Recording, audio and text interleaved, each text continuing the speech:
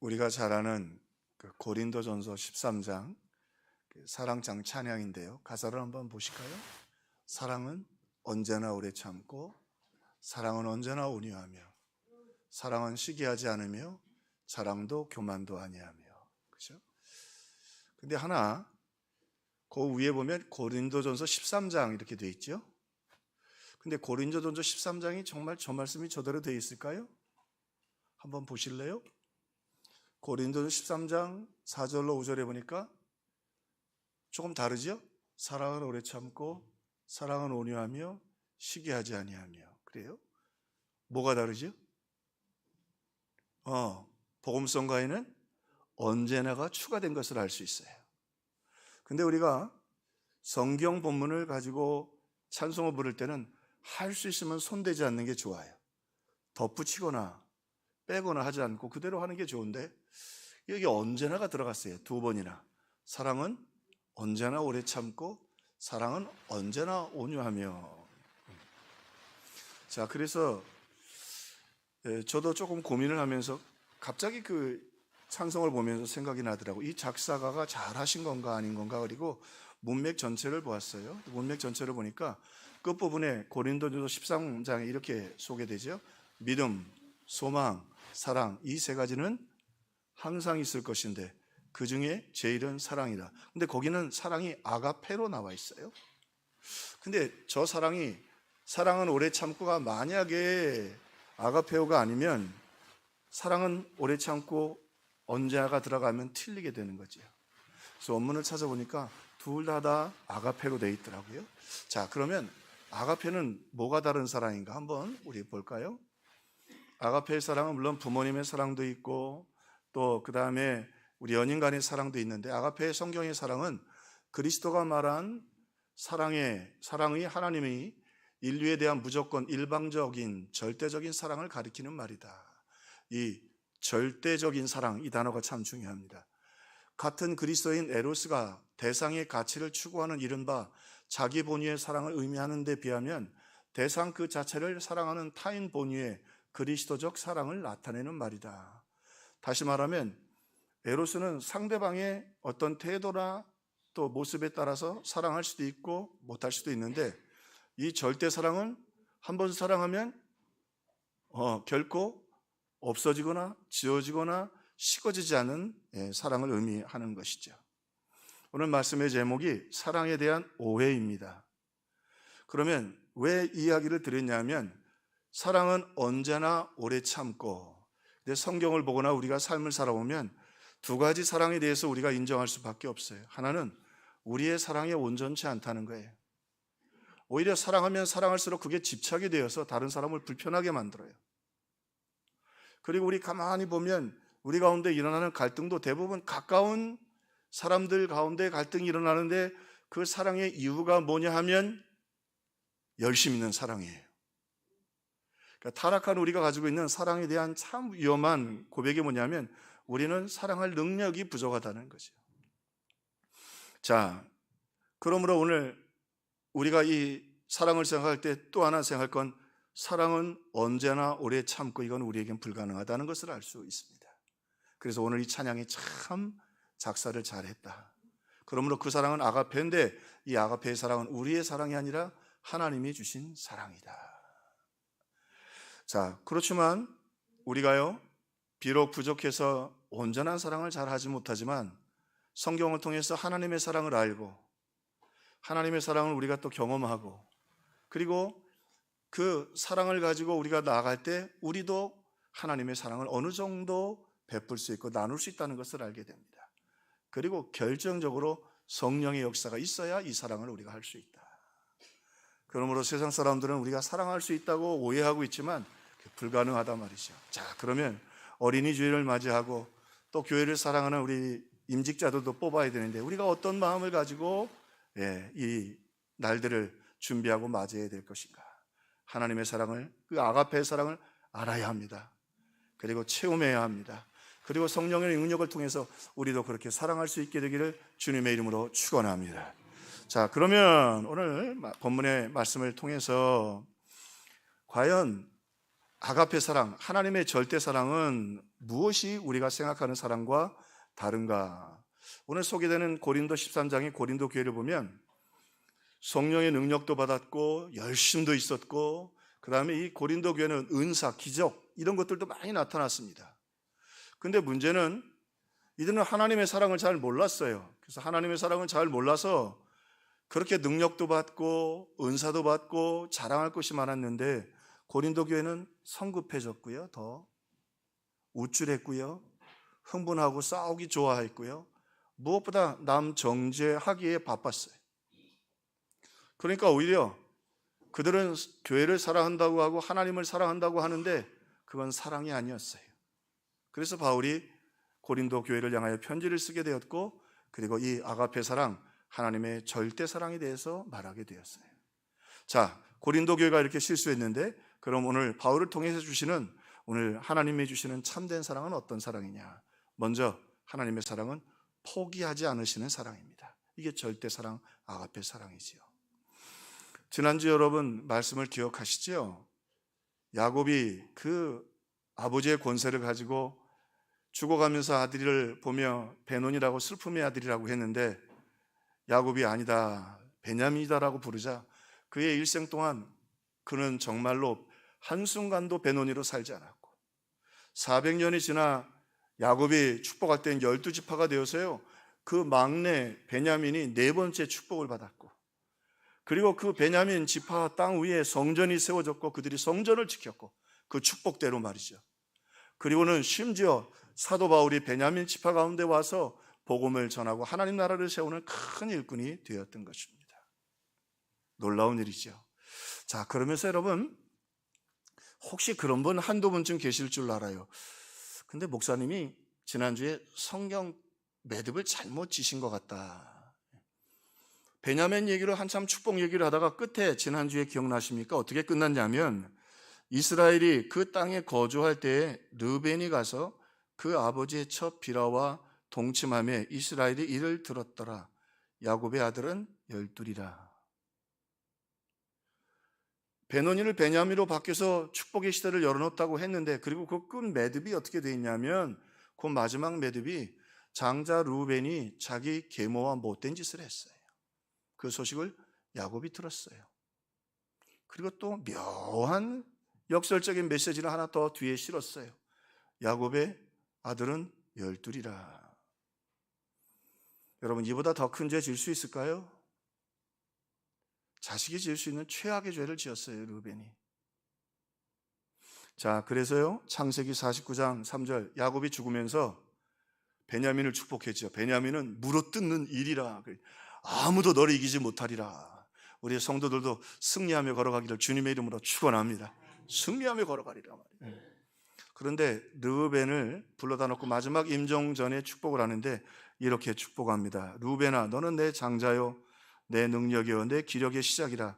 위풍이 월등하고 권능이 탁월하다마는 물의 끓음 같아서 너는 탁월하지 못하리니 내가 아버지의 침상에 올랐습니다.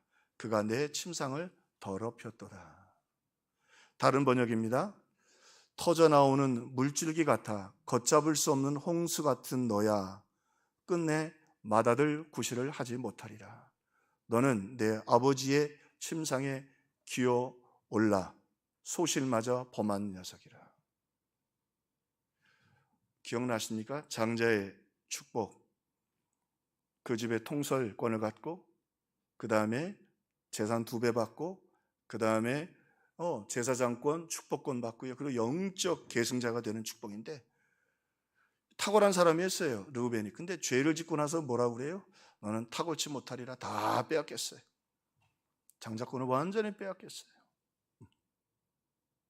그리고는 이런 부분에서 사실은 야곱이 굉장히 위대한 사람입니다. 왜냐하면 르우벤에겐 단 한마디의 축복도 안 해요.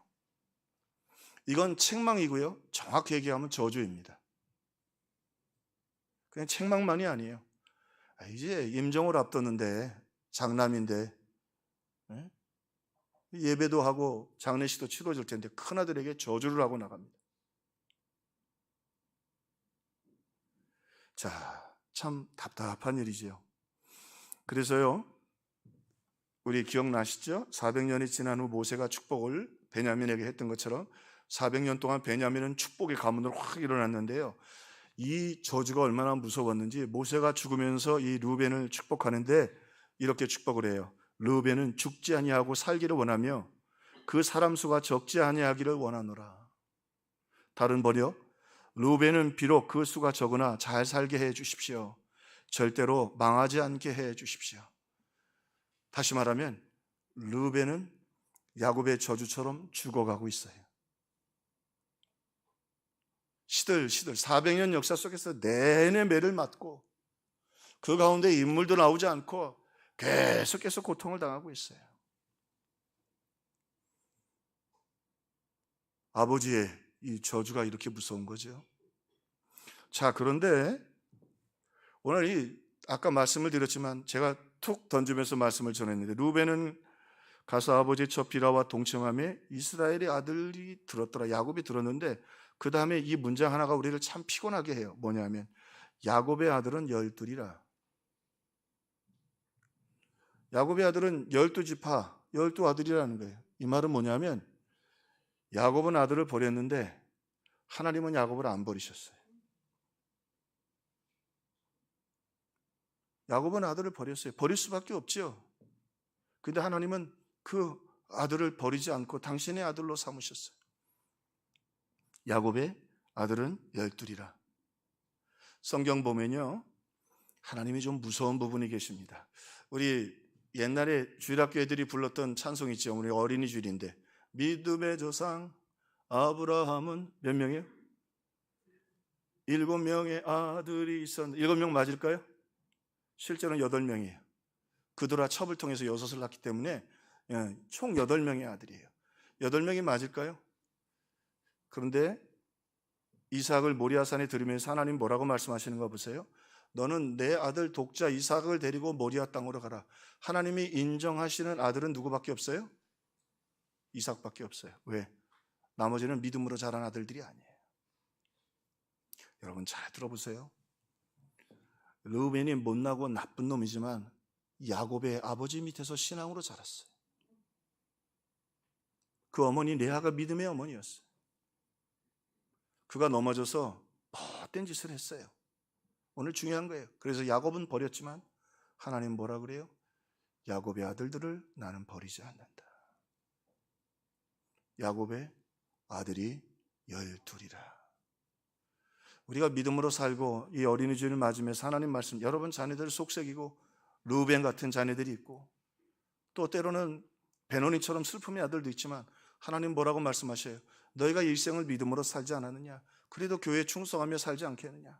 오늘 우리 임직자들 뽑는데 다시 말씀드리지만 이제 임직자들은 죽는 거예요. 임직하면 그죠? 하나님 앞에 충성 다하고. 그럼 목사님, 임직자하고 임직자가 아닌 사람과 뭐가 다르요? 죽은 사람은 말이 없어야 돼. 고린도 교회가 왜 망해요? 말이 많아서 망해요. 사랑은 오래 참고 퍼지벌런스는 뭐예요? 노예는 말이 없어요. 그죠? 주님 뜻대로 순종하고 걸어가는 거예요. 그래서 임직자들이 귀한 거예요. 할렐루야. 세상은 뭐라고 그래요? 너 하고 싶은 거 해. 네가 할 말 해. 죄송합니다. 우리 한장로님 늘 하시는 말씀이 있어요. 뒷땅질 하지 마라. 뒷땅질이라는 게 지렛대 가지고 돌 드는 거거든요. 교회를 뒷땅질 하지 마라. 오늘 참 하나님이요 그렇게 믿음으로 샀던 그 자녀들 하나님 뭐라 그래요? 야곱의 아들은 12이라. 여러분 자녀들 때로는 여러분이 포기해도 하나님은 포기 안 합니다. 그래서 우리가 믿음으로 사는 거예요. 할렐루야. 하나님이 이 르우벤을 르우벤 되게 해주신 그게 아가페의 사랑이에요. 그것을 절대 사랑, 조직신학적으로 끊을 수 없는 사랑, 부술 수 없는 사랑, 변함없는 사랑, 야곱도 할 수 없는 사랑. 모세도 뭐라고 해요? 아휴 너는 죽지는 않으면 다행이겠다. 그 말하면 너 다 죽었다. 하나님은 뭐라고 그래요? 야곱의 아들은 12이라. He is my son. 그는 내 아들이라. 자, 한 걸음 더 나가서 그럼 이 아가페 하나님의 사랑은 어떤 사랑인가? 오늘 우리가 이 하나님의 사랑을 알아야 되는데요. 이 사랑은요, 저주를 권능으로 바꾸시는 사랑이에요. 저주를 권능으로. 야곱이 저주하고 떠난 거거든요. 이 문맥 자체가 저주예요. 첫째 아들에게 대단해요. 르벤 저주하고요, 레위 저주하고요, 시므온 저주하고요. 그 세 친구가 또 가가지고 이 디나 사건이 있을 때 가서 살인을 했거든. 참 야곱이 대단한 사람이에요. 그래도 자식들에게 가르칠 걸 정확하게 가르쳤어요. 자, 그리고는 이 저주의 한복판에 있는데 결국 모세가 400년 뒤에도 보니까 정말 소망도 없어 보이고 희망도 없어 보여. 니들은 죽지 않고 망하지 않으면 천만다행이겠구나 생각을 하는데, 근데 야곱의 생각도 틀렸고요, 모세의 생각도 틀려요. 야곱도 할 수 없었고 모세도 할 수 없는데, 오늘 이 본문 여호수아를 읽어보면 르우벤 지파가 갑자기 등장합니다. 그죠? 자, 오늘 본문을 좀 설명하면 아마 이 친구들이 거칠으니까 아무래도 그러지 않겠어요? 싸움은 잘했던 모양이에요.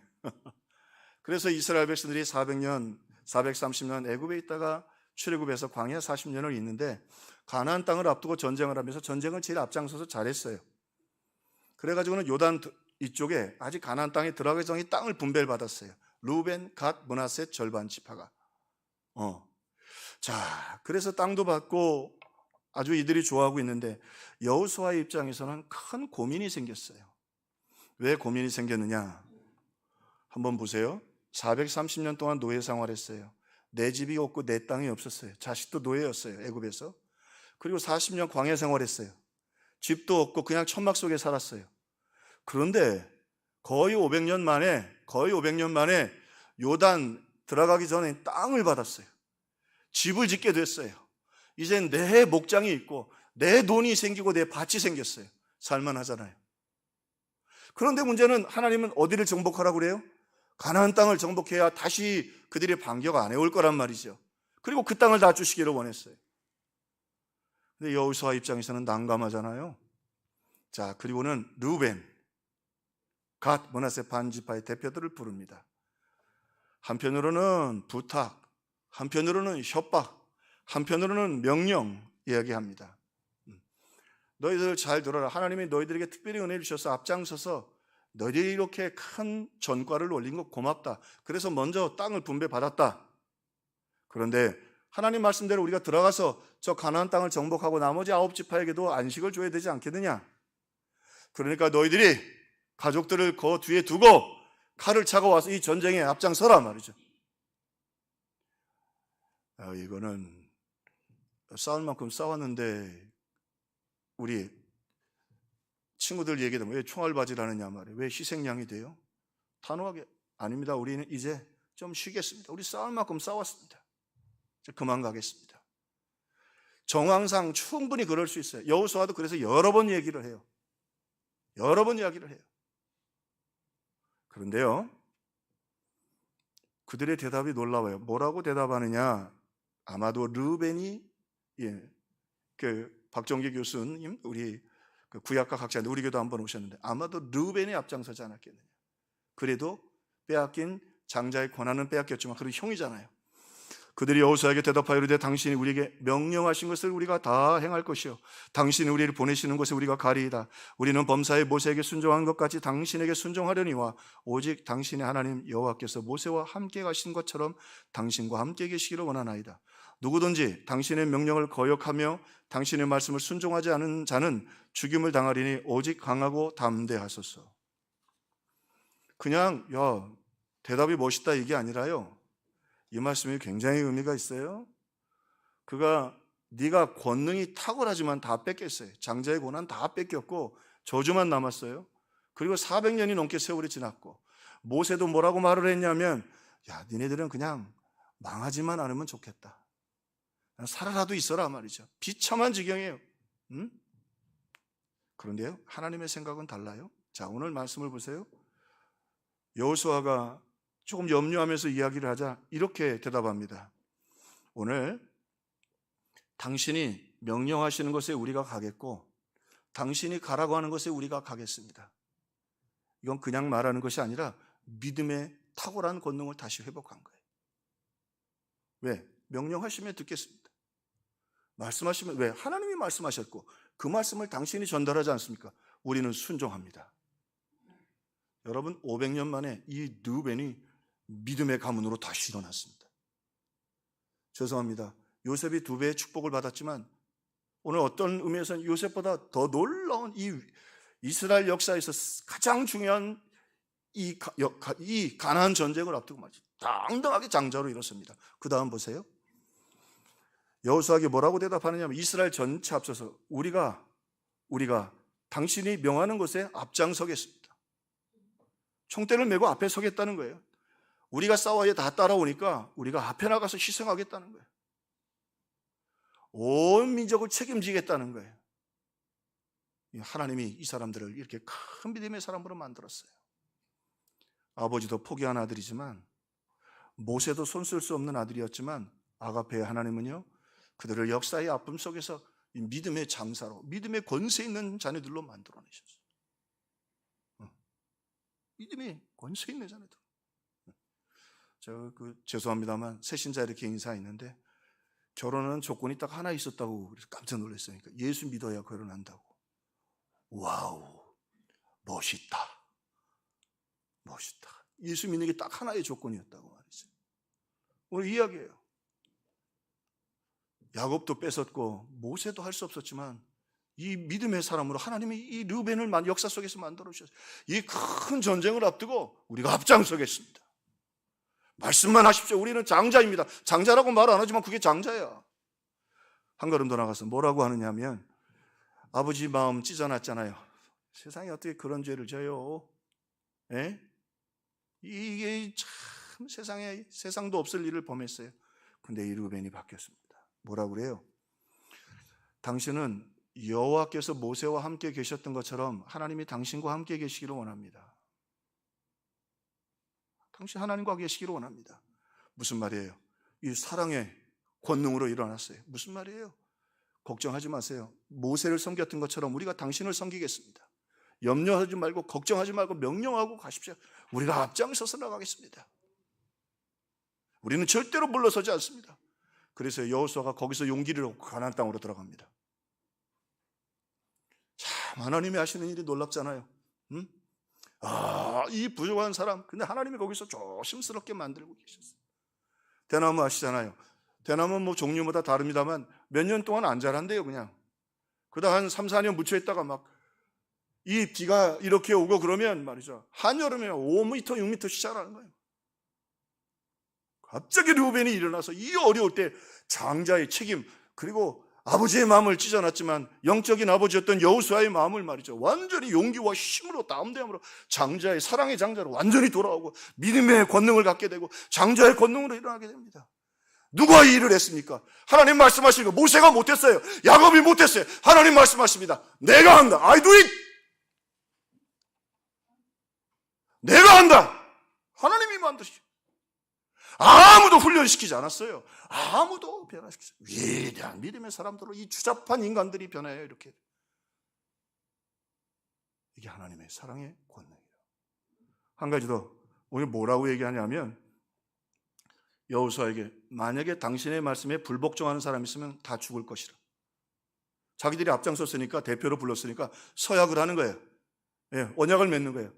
우리가 앞장서서 전체를 대표해서 언약을 맺는데 당신 말 안 듣는 사람 있으면 그냥 죽여버리겠다고. 여호수아가 끄떡끄떡했어요. 그러면서 어떻게 돼요? 이 사람들이 다시 장자의 통치권을 가진 거예요. 임직자들을 왜 교회에서 세우죠? 이 장자의 통치권을 가지라. 명령하십시오. 순종하겠습니다. 우리가 앞장서서 총대 매겠습니다. 힘들고 어렵고 또 목회자들 격려해주고 권면해주고, 그리고 한 걸음 더 나가서 하나님 말씀에 불순종하면 그는 생명을 유지하지 못할 것입니다. 성경에요, 사람이 한 고백 중에 아마 10손가락 안에 꼽을 거예요. 자무만 놀라게 돼요. 야곱은 베노니를 베냐민으로 바꿨어요. 근데 야곱의 능력으로 저주를 권능으로 바꾸지 못합니다. 하나님만 하실 수 있어요. 독생자를 보내주신 십자가의 사랑으로 우리의 저주를 권능으로 바꾸실 수 있습니다. 그 우리의 믿음 아니에요? 우리 자녀들 아무리 르벤처럼 세상에 더 이상 지을 수 없는 죄를 지을 것 같아도 너무 걱정하지 마세요. 여러분 믿음으로 살면 하나님이 하십니다. 하나님이 하십니다. 하나님. 그리고는 이스라엘 백성들이 이 가나안을 정복해 갑니다. 그 앞에 뭐가 갈라져요? 엄밀하게 얘기하면 요단강이 누구 앞에서 갈라져요? 루벤 앞에서 갈라져요. 여리고 성이 어디서 무너져요? 루벤 앞에서 무너지는 거예요. 아가페오의 사랑. 이렇게 하실 수 있는 건 우리의 죄를 독생자 아들에게 다 지워주시고 우리를 자녀로 삼아주셨기 때문이에요. 영접하는 자, 그 이름을 믿는 자들에겐 하나님의 자녀가 되는 권세를 주셨어요. 우리 평화의 식구들이요, 우리 어린이 주일 맞으면서 너무 야곱처럼 걱정하지 마세요. 하나님 살아계십니다. 믿음의 자녀들 절대로 버리지 않습니다. 할렐루야. 야곱의 12아들, 여러분이 기도하는 아들 하나님이 반드시 응답해 주실 것입니다. 오늘 힘겹고 어려워도 하나님이 우리의 저주를 권능으로 바꾸실 겁니다. 저거 저러다 두드려 맞지, 저거 저렇게 살면 큰일 났지. 여러분 기도하고 여러분 믿음으로 살면 여러분 기도와 믿음 받으시고 저주를 권능으로 바꾸실. 하나님은 저주 좋아하시는 분이 아니에요. 하나님이 세상을 이처럼 사랑하사 독생자를 주셨으니 이는 저를 믿는 자마다 멸망치 않고 영생을 얻게 하십니다. 하나님이 독생자를 보내신 것은 저주하기 위해서가 아니라 He sent His Son to condemn the 아니에요. 저주를 위해서요. 하나님은 복 주시고 축복해 주시기 원해서 보내주셨습니다. 우리가 믿음으로 하나님을 의지하고 구하고 신앙의 길을 걸어갈 때 하나님이 오늘 야곱의 그 신앙의 발자취를 하나님이 잊지 않으신 것처럼 야곱은 이룰 수 없었던 저주에서 축복이지만 그래도 야곱의 기도와 헌신을 보고 바꿔주셨던 그 하나님이 여러분 가정, 여러분 자녀, 우리의 삶의 저주들을 하나님께서 저주를 변하여 권능으로 바뀌는, 능력으로 바뀌는 삶의 주인공 되기를 주의 이름으로 축원합니다.